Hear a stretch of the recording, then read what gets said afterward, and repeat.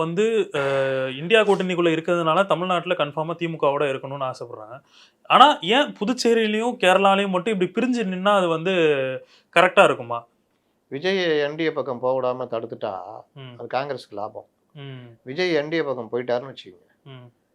இங்க மொத்தமா காங்கிரஸ் கதை முடிஞ்சுது.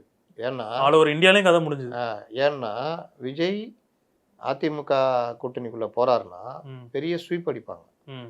அப்போ ஆடி காத்துல திமுகவே பறக்கும்போது, இவங்க எந்த மூலைக்கு? காங்கிரஸு. அப்போ ஒன்ஸ் காங்கிரஸும் வாஷ் அவுட் ஆகுது. ம். பிஜேபி ஒரு 25 சீட் நின்னு 20 சீட்டு ஜெயிக்கிறாங்கன்னா, ம். 20 எம்எல்ஏக்கள் சட்டமன்றத்தில் நுழையிறாங்கன்னா, ம்.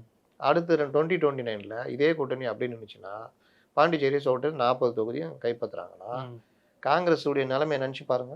ஒண்ணுமே பண்ண முடியாது. அதுக்கு அடுத்து காங்கிரஸுடைய தலைவர்களே பல பேரு விஜய் கட்சிக்கு தாவுவாங்க. அ ஏடிஎம்கே போவாங்க. இப்படிலாம் போகும். டிஎம்கே பாடே பெரும்பாடாயிடும். அப்போ இதுக்கெல்லாம் அடிப்படையா அமையறது விஜய் என்டிஏக்குள்ள போறது. அப்ப அத தடுக்கிறோம். உங்களோட தான் இங்க இருக்கிறோம். ஆனா விஜய போகாம தடுக்குறோங்க. ம். அப்படின்னு சொல்லிட்டு இவர்கள் காங்கிரஸ் நிலைப்பாடு எடுக்கலாம். அதுக்கு ஆதவ அர்ஜுனா போன்றவர்கள் இந்த முயற்சியில ஈடுபடலாம். ம். ஆனால் காங்கிரஸு ஒன்ஸ் இந்த மாரி தாவேகாவோட இணைஞ்சிடுச்சுன்னா, அது என்னைக்கு இருந்தாலும் திமுகவுக்கு சிக்கல். ஓகே.